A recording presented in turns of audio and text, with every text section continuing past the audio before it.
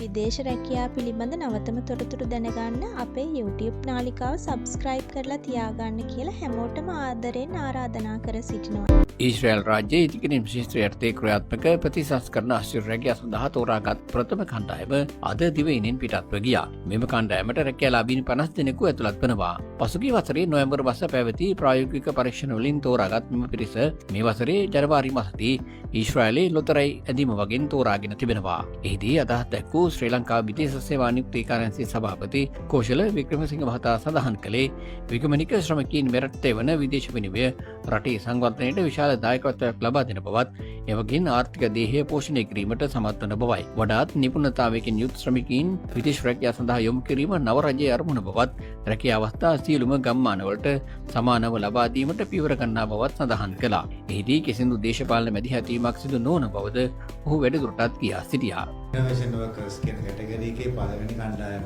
විදියට සියලු දෙනාට මම විශ්වාස කරනවා ලොකු අවස්ථාවක් උදා වෙලා තියෙනවා ලංකාවේ පැත්තෙන් මේ රටේ රැකියාව කරන්න. ඉතින්පත් ශ්‍රමිකයන්ගේ ප්‍රේෂණ මේ රටට තව විශාල රාජකාරියක් සහ විශාල උත්පාදනයක් නිර්මාණය කරනවා. ඒකෙදී පුද්ගලික සල්ලි වන තමන්ගේ account එකේ අයිතිකාරයා සිට බැංකු ශ්‍රේෂ්ඨය කර්මාන්ත මෙතේ පුද්ගලික ආයතනය ගමේ කඩපිලේ ගමේ සිටින වෙළඳාම කරන පුද්ගලයන් සිට මාළු විකුණන මහත්මයා දක්වාම මේ රටට ආර්ථිකයට මුදල් ගලායමින් මේ ආර්ථික දේහය පෝෂණය කරන්න ලබා දෙන දායකත්වය ඉතා ප්‍රශංසනීයයි. අපි අපගේ කෘතවේදීභාවයේ සියලු දෙනාටම හිමි වෙනවා. රජයේ සහ අලුත් ආණ්ඩුව පත් වුණාට පස්සේ අපි විශාල විදියට උත්සාහ කරමින් ඉන්නවා වඩා හොඳ තාක්ෂණික දැනුම සහිත නිපුණතාවයේ පිරි ශ්‍රමිකයෙක් විදේශගත කරන්න. අපි කිසිවිටකවත් දේශපාලන මැදිහත්වීම් වලට දීලා නැහැ, බලපෑම් වලට තියන්න නැහැ.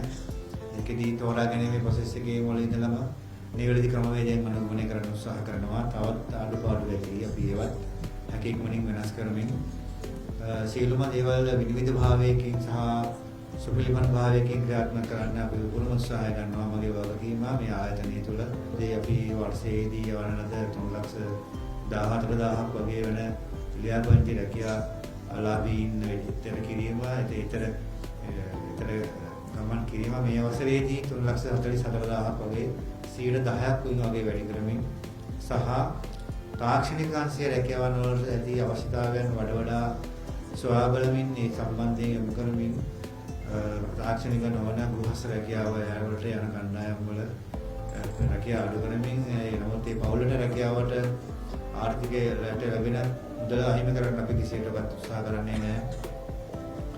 එහෙම පවුල් වෙනව තෝරගෙන මේ රට පුරාම විසිරී ගිය විහිදී ගිය ජාලයක් කරහා රටේ අසක් මුල්ලක් නැහැ. වේදික තුදුවේ සිට කංකසන්තොලේ දක්වා ඒ පැත්තෙනොත් දකුණේ දෙවොඳුරු දක්වා හතර දිග්භාගයේනොත් සෑම ඩිස්ට්‍රික්ට් එකකම සෑම ගමකටම සමාස්ථාවන් ලබා දෙන්නත් අපි උත්සාහ කරනවා. ඒකෙදී දැනුවත් වීම ඔබතුමාලා මේ රැකියා අධිවශේෂය රැකගන්න කරන මහඟු මෙහෙය සහ අපට ඉතා විශාල ආශිර්වාදයක් වේවි.